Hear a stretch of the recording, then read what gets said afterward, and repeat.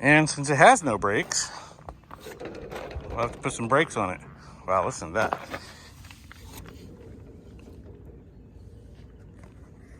Can you hear it? Shouldn't be able to hear it. So definitely gonna have to repack those rotors and go through the hubs and make them right. Over here on this trailer, this one's got Dexter axles, 6 lug. These are probably 4,200 pound axles. Or they may be 6,000 pound axles.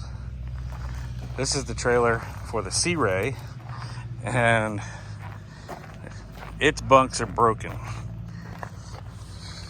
And again, this is, see how these are split and bent over? Again, because it doesn't have a cross member. So all the weight of the Sea Ray 260 is leaning on these little brackets. As you can see up front, that one completely broke. So, and this is another one of the, I hate these trailers. To save money, they cut it short here instead of extending it out to the length of the boat. So you've got this long bunk. We're talking about a Sea Ray. We're talking about, you know, a big boat like that.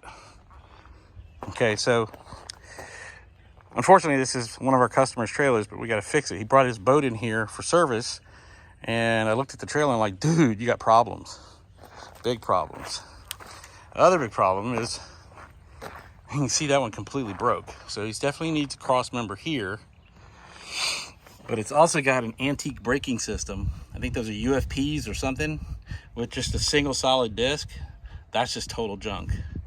Just complete, absolute, total junk. The axles are good. They're Dexter axles, and they have replaceable spindles. And this whole trailer's polished. Well, parts of it are polished. And then the boat sits on this, and it just digs into it, as you can see. That's just a stupid way of holding a boat. So we're gonna have to put another cross member here and another cross member there, and we'll tie in with a set of target bunks to hold the front end. And it's got a goofy winch that doesn't work, and we tried jumping it and charging the battery, and that's dead still. Thor's hammer's right here. And so another trailer with some love, or needs some love. It's got electric jack, and again, another surge coupler that needs to be replaced because they're junk. And I believe we're going to put electric over hydraulic on this one. I think that's what's going to happen. I'd like to put a V-stop on it and get rid of this garbage. Look how ate up this is. That's just totally ate up. And that's garbage. It really is. Because you're not supporting the boat.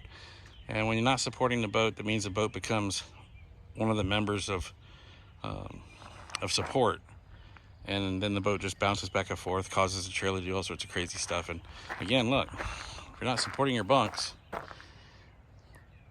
and the reason those are pushed out like that is because you're not supporting the boat properly here, you're not supporting the boat properly right there. So the trailer's actually trying to move and push itself apart. And well, again, like I was saying on the other trailer, where the cross members go all the way across, and then you got a fender that bounces, because all you have is a little bitty bracket instead of something that goes all the way across and creates a little bit more structural integrity. All right, well, that's my trailer rant for the day. I'm gonna upload this video and share it with my customers so that we can see, or they can see, what's necessary. Check this out. See that? It's called smoking. If you ever looked on an airplane that you're getting onto and you see that it's got smoke on the rivets, that means that part is loose and it's moving.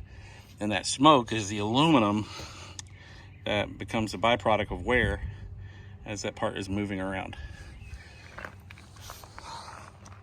And the reason I use a reference on an airplane is because if you get on an airplane, you see like the nacelles that cover the jet engines, they go under a lot of vibration.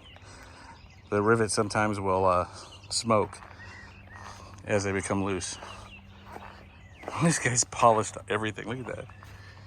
It's hard to look at because it keeps blinding me every time my sun hits it. It's pretty crazy. All right, have a blessed day.